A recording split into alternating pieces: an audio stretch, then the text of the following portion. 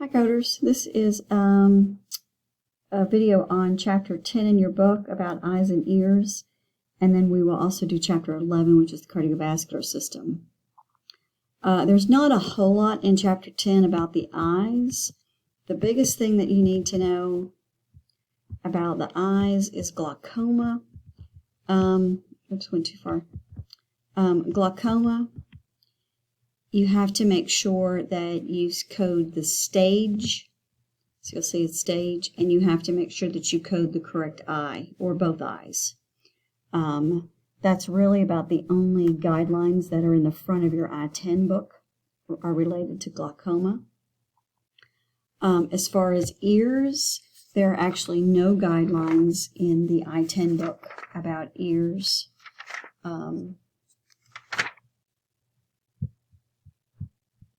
So let's go ahead and get into chapter 11 in your book, which is cardiovascular. These are eye codes in your I-10 book. And if you go to the front of your, in the guidelines in your I-10 book, so pause here and go there, you're going to see a lot of guidelines in this particular chapter. So the first thing under your chapter 9, circulatory diseases of circulatory system, I00 to I99, you're going to see this flow chart about hypertension. Okay, because there's hypertension with heart disease, with kidney disease, chronic kidney disease. Okay, so there are a lot of notes of guidelines in this particular body system. Okay, so the first thing that I want you to know about in the cardiovascular system, when we talk about, trying to get to the right page here, when we talk about like AFib and some of these other things, you're going to see you might see some use of Z codes when we talk about anticoagulants, antithrombotics, or aspirin. So look for those notes when you get to these I codes, where it'll say code also, use of these things, so make sure that you address those. Other big thing in this chapter is MIs, myocardial infarctions, which, as you know, a myocardial infarction is the term for what we would call a heart attack. Okay? So, here is the big thing about MIs, and this is in your guidelines as well. It is listed as section E. Okay? So remember, an MI is when, think about that picture of the EKG, okay, and the PQRST, right, and the elevation, okay? So this is talking about the ST elevation on the EKG, okay?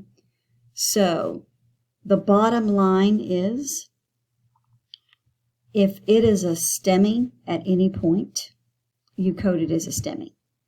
Meaning that if it starts as a STEMI and it leads to a non-STEMI, you code it as a STEMI. If it's a non-STEMI but converts to a STEMI, you code it as a STEMI. If it's a non-STEMI and stays that way, that's the only time that you code it as a non-STEMI. Okay? So you can see here what I mean when I say STEMI and non-STEMI. All right? So those are guidelines that are in your book that you have to really pay attention to. There's another thing, there's another part in here about where it talks, in your book, it talks about a subsequent MI. Okay? Or an old MI. Okay, there are some guidelines about that. And if you look under the acute MI section and the number 4, there are guidelines about a subsequent acute MI. Okay. And there are also time limits. So if you notice under section 4, where it says subsequent, there is a 4-week time frame. Okay. So you have to make sure that you know the dates of the first one and the dates of the subsequent one. Okay, so as you can see in your guidelines in the page before that, there's a whole flow chart of hypertension. Okay, the first thing that you need to know is elevated blood pressure is not the same thing as hypertension. Okay, elevated blood pressure is something that happens occasionally.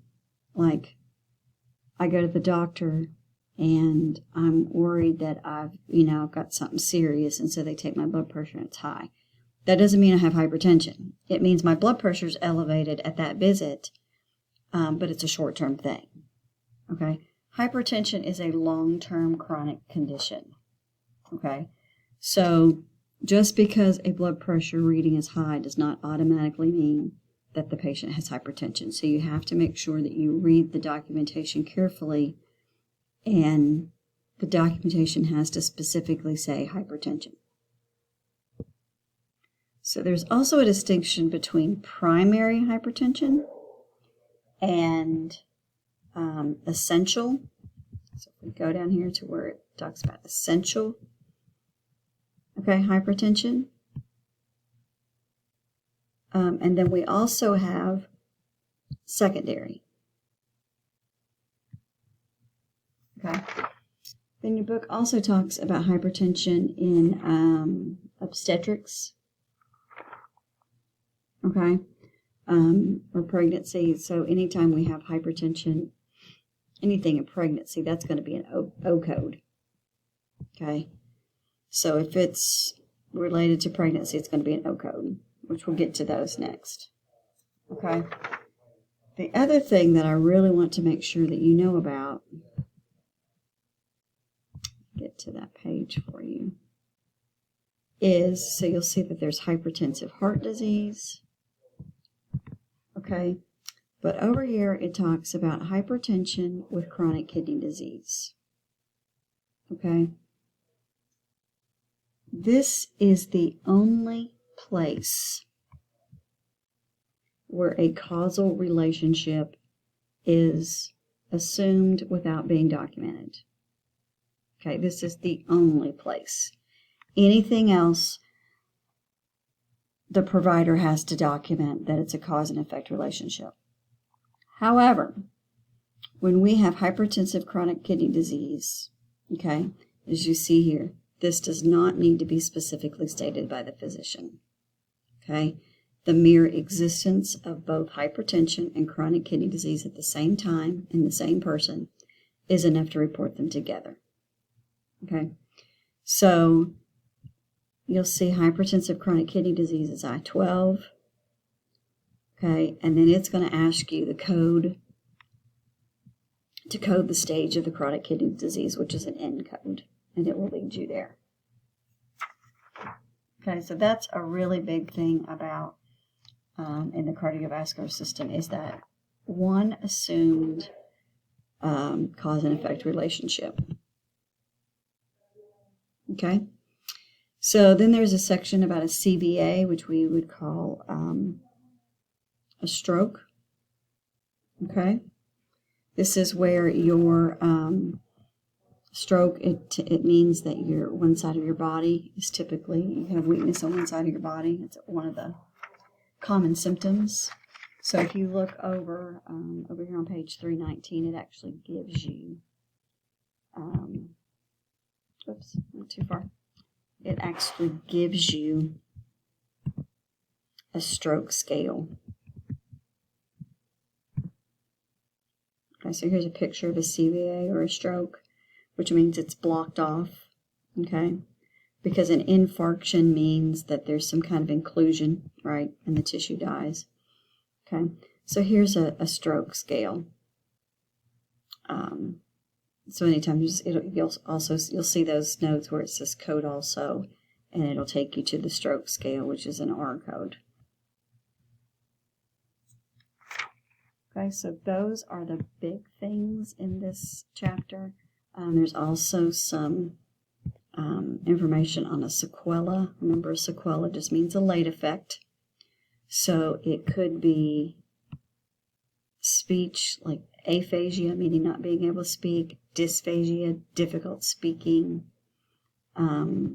paralysis or paresis, meaning paralysis or weakness on one side of the body. That can be a late effect of a stroke. Okay, and then you may also have some codes for a personal history. If the stroke has been treated and the stroke is no longer being treated, but you still have a late effect, or you may also have put a personal history of a disease. Personal history and family history of heart disease are really important because it helps the physician know that that is a factor in you or in your family, and that could affect the way that the physician treats the patient. So anytime that is known, you always want to put that personal history on there or the family history on there, because that provides more information to the physician. So those are the main points in the cardiovascular system.